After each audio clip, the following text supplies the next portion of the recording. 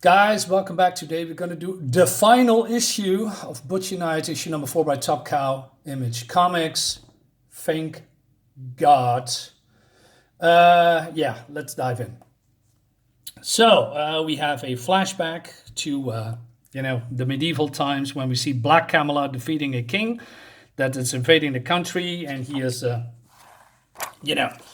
giving the crown to King Arthur, and he still has a thing for Guinevere. And then here we have Merlin here, switching to modern times. We see Daria, doing stuff, making a potion for him. Why? Well, it seems that Merlin is, according to her, conjuring a petrification spell that turned the Butcher Knight into a statue. There's absolutely no confirmation about that. That's actually going to happen, or that he is doing that. But according to her, that's going to be it. So she says, well, drink this, and then you will be fine. And he's drinking, and he says, oh! And he says, why did you tell me it would hurt? And she says, I want to surprise you. What? What? What? Oh, yeah. It makes no sense. Yeah, man, it's a surprise that I'm going to hurt you. Jesus Christ. Then we go to, somewhere at X Island. It's on an active volcano, and the magic, it's impenetrable because they're using their magic made by 300 mages or something to create a base there. Then they, doing stuff there. Anyway, moving on. It's not really interesting. Then we see this mad dog. What's his name again? Dogen, I believe Dolgan. Yes, Dolgan. And I forgot her name. She's not important. Well, he's not important either. But anyway, so they are looking for, the magical residue of Daria. That she is, she's been invading the X Island and released Black Lancelot. And the dialogue is atrocious, by the way. He says, I have an informant here. He's scum, but reliable. Scum living among scum. But she says, there are people here that are poor and without hope. Not all scum. You might understand if you were human. And he's being offended by that. And he says, that's a hell of a thing to say to me. And she's surprised. And she says, what do you mean? Are you not human? And he says, I know. You're being offended, and then she tells you exactly what you are, and then, oh yeah, I know. Stupid. So there's this guy here, and Dolgan immediately threatens him. So they want to come in, but he's being killed by someone. Dolgan is, going into rabbit mode, jumps outside of the window, follows the guy, and that guy is on top of a roof. While Dolgan is on the floor, somehow he senses him. There's no indication that he sees or senses him. He shoots an arrow, and he deflects it, and he says, "Roar!" And he climbs up the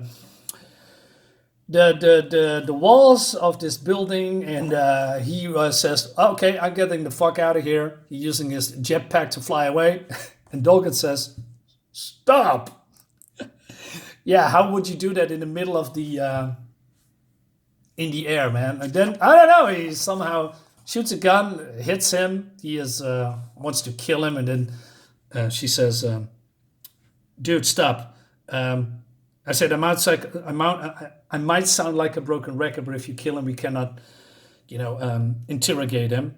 And then they're gonna go through his stuff and find the ID, and then somehow it tracks back to where he come from and who sent him. It's really weird. And then they are going to this house because they have found the place. They break in, and there's a bunch of rabid demon dogs or whatever. And the only thing that Dolgan is doing is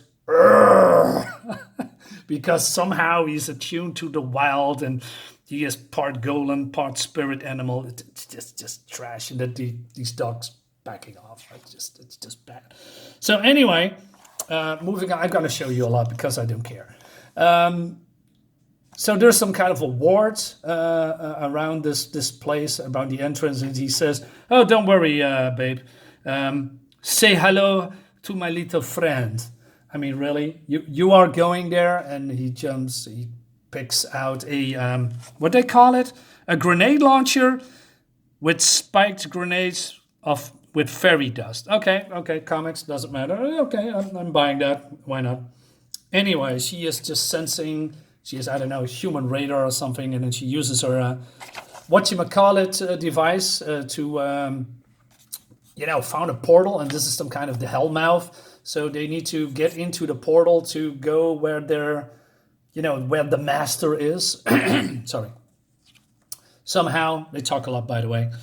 Then we see Merlin, who has now red hair, although he hasn't red hair, I guess, in the previous issue, and he found Black Lancelot's manor or something, and he sends her 4 witches to Daria to deal with them, and it's going all so quickly. The pacing is completely off. The art looks nice, but it's all in dark, and it doesn't, it's weird. Anyway, Daria, almost the most powerful witch there is, deals with them in seconds. The funny thing is, he also uses a magic to make this woman, bolt. How do you say? Removing her hair, and she is all crying here. Meanwhile, Merlin finds Black Lancelot, and they having a standoff. And the blonde girl with the thingamajig is called Janelle. I forgot. They found the location, so they jumping into the portal, and Daria, disposes of the last 2 witches, and she's still sobbing here. And I must say, I like this part, that she's going all crazy and mental, and disintegrating her enemies. But she's just punching her, and then that splinter of the broken bones, causes her to die because it enters her brain, stuff like that. Anyway, Black Lancelot is turning into the Butcher Knight, and then very weird things is going on. So he Butcher Knight blasts Merlin with, I don't know, hellfire, and then he says, "It didn't work. Why aren't you a statue?" I mean, wait a minute. Did I forget something? I mean, I didn't see you, using your mumbo-jumbo spells, conjurings to turn him into, I don't know, a statue. You didn't do it. I mean, there's nothing here in the comic that, indicates that you are doing. But I don't know. But apparently it happens, and he turns himself into a monster as well, because he's, I don't know, son of Satan, stuff like that. So they are going at him. So Dolgan and Janelle enter the fray as well, and they are, attacking Daria, while Butcher Knight is, being busy, try to kill each other. But the narrative says it's a battle that will become legend. It is fire and pain, power and fury, the essence of aggression. Okay. I think, wow, it's exciting, right? So I'm turning the page. Well, and then, let's move on from this first. And then, okay, it's over in, 1 page, and he removes the heart of Merlin. And Daria says, "Don't eat it. Don't give me the heart quickly." And he says, "I know what I must do." But before I go there, I want you to show you something first. So this is actually ridiculous.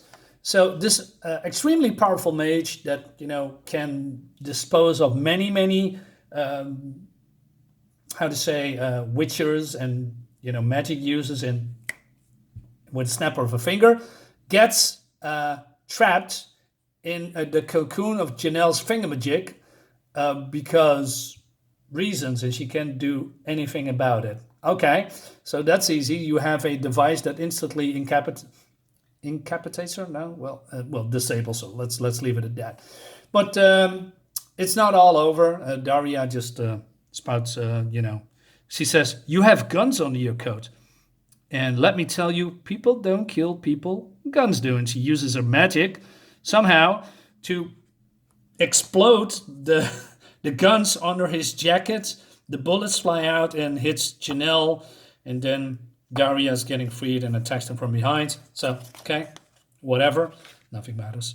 Anyway, Butcher Knight eats the heart. Merlin is dead. He is now free of the Butcher Knight. And then it's getting real ridiculous now. She said, double-cross me? You're not free. You're fucked. He says, that won't hurt me anymore. So somehow he's now impervious to all of the magic spells of Daria. I don't know. And then she is using her mumbo jumbo to conjure up I don't know, some kind of a magic sword. And then the dialogue is completely off again. Now listen. So she says, he says, well, that don't hurt me. That's what Black Lancelot says. He says, I know what will. And then she uses a spell to conjure this thing up. And then out of nowhere, Black Lancelot says, come now, call me what you will. I am yet Lancelot, champion of the Round Table. I mean, what do you mean, call me what you will? Nobody called you anything in this whole page, and that's weird either. What is with the dialogue? So he, disposed of her also in seconds. And he wants to kill her because she's the ultimate evil or whatever. And then she says something. Guinevere is still alive. Swear fealty to me again, or you will never see her again. Okay, interesting, I think. But then we have only one page left. I kid you not. So he hesitates. He thinks back. He yields. The end. What? That's it. It's over. There is no Butch and I Volume 2.